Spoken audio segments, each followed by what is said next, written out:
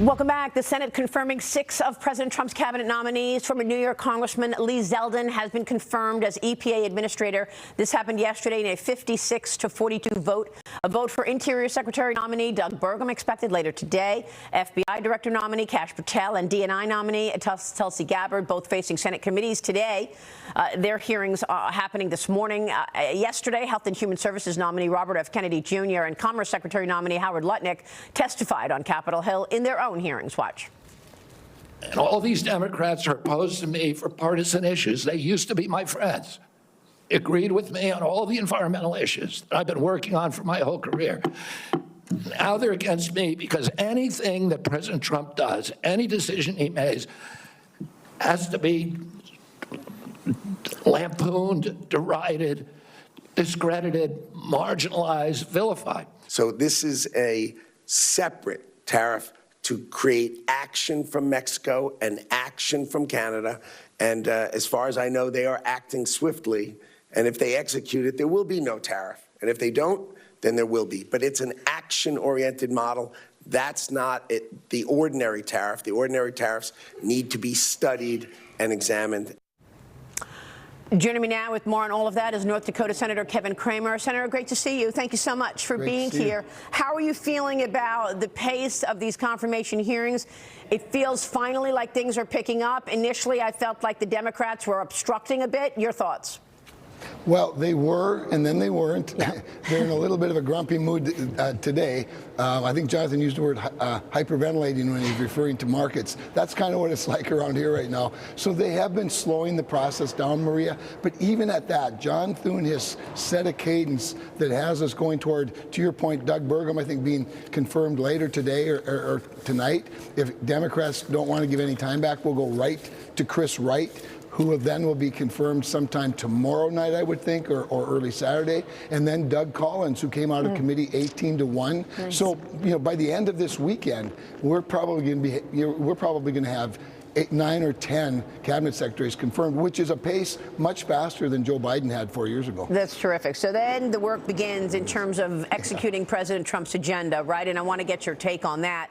I know that, you're all talking about debt and talking about making all of this happen with the tax legislation and the extension of the tax cuts, along with money for the border, money for defense, et cetera, while keeping in mind that look, we're talking about 76% of spending going to mandatory programs and interest, 24% to discretionary programs. Are there areas that you believe you can actually cut into the mandatory numbers to actually come up with offsets to all of this spending?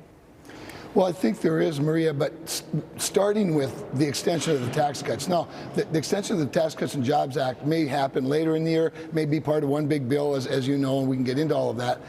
But to me, that's got to be the highest priority, even if it's not the first priority, because making those tax cuts permanent will prevent a $4.3 trillion tax increase. And I know a lot of people, even some conservatives, would like to see that tax increase because it helps bring more balance, at least on paper, to the spending, but it does not. As we know, the Tax Cuts and Jobs Act have more than paid for themselves, and we need to make that permanent to keep the economy growing. And then when we talk about the things we have to fund, like national security and border, we can do some of that, but some of the money too that we can generate by energy policy, Maria, energy policy, and this is why the emergency EO is so important, recognizes that energy is tied directly to inflation, it's tied to security, it creates revenue because many of our resources are federal resources. So you're counting on growth as a result of tapping into the energy capacity. Look, we know that the tax legislation starts in the House.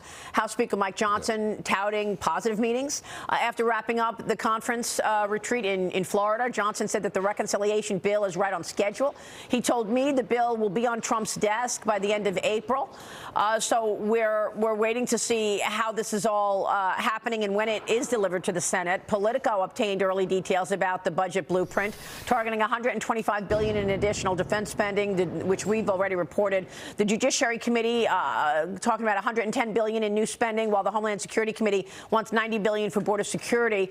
The Education Committee is targeting $60 billion in cuts. Agriculture eyeing about $50 billion in cuts. Energy looking at $200 billion, and Oversight says they can cut up to $40 billion. Does this sound realistic to you, Senator? I think it does, Maria, and I think on the agriculture side, for example, remember that the vast majority of the agriculture budget is spending on SNAP and nutrition programs. If we just add some work requirements to a bunch of this welfare, you're going to see sort of automatic cuts on one hand. On the other hand, a more productive workforce, which is the one thing that prevents our economy from really breaking out, and that is a workforce. So I think work requirements could be a major policy shift that would help on both sides of the ledger. So President Trump signing in the Laken Riley Act into law yesterday, the first piece of legislation signed by the president in his second administration. The bill directing ICE to detain illegal immigrants arrested or charged with theft-related crimes or assaulting a police officer.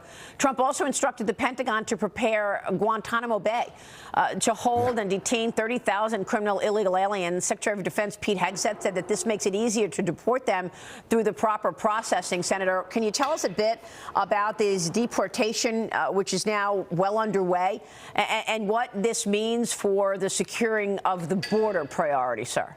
It's such a big deal, Maria, on so many fronts, starting with the fact that they're actually doing it, that Tom Homan and his team, under the guidance, of course, of Homeland Security and Secretary Kristi Noem, they're doing what they said they were going to do. Now, the challenge oftentimes with this are the holding facilities. Well, lo and behold, we have this incredible place called Guantanamo Bay that'll hold 30,000, and as you know, we've been imprisoning terrorists since 9/11 out there. What a wonderful, use of a really valuable asset. But here's the other thing. Yep. It's a deterrent to anybody who thinks they ought to come here as a criminal illegally and commit crimes in the United States. That's probably the biggest value of it all. We want deterrence, okay? That's what we want, Senator. We've had no deterrence on any of our adversaries for the last 4 years. And so deterrence, I would imagine, work. Senator, good to see you, as always, and we're watching your work, sir. Thank you. Thank you, Maria. Senator Kevin Cramer on Capitol Hill. We'll be right back. Stay with us. We're taking you live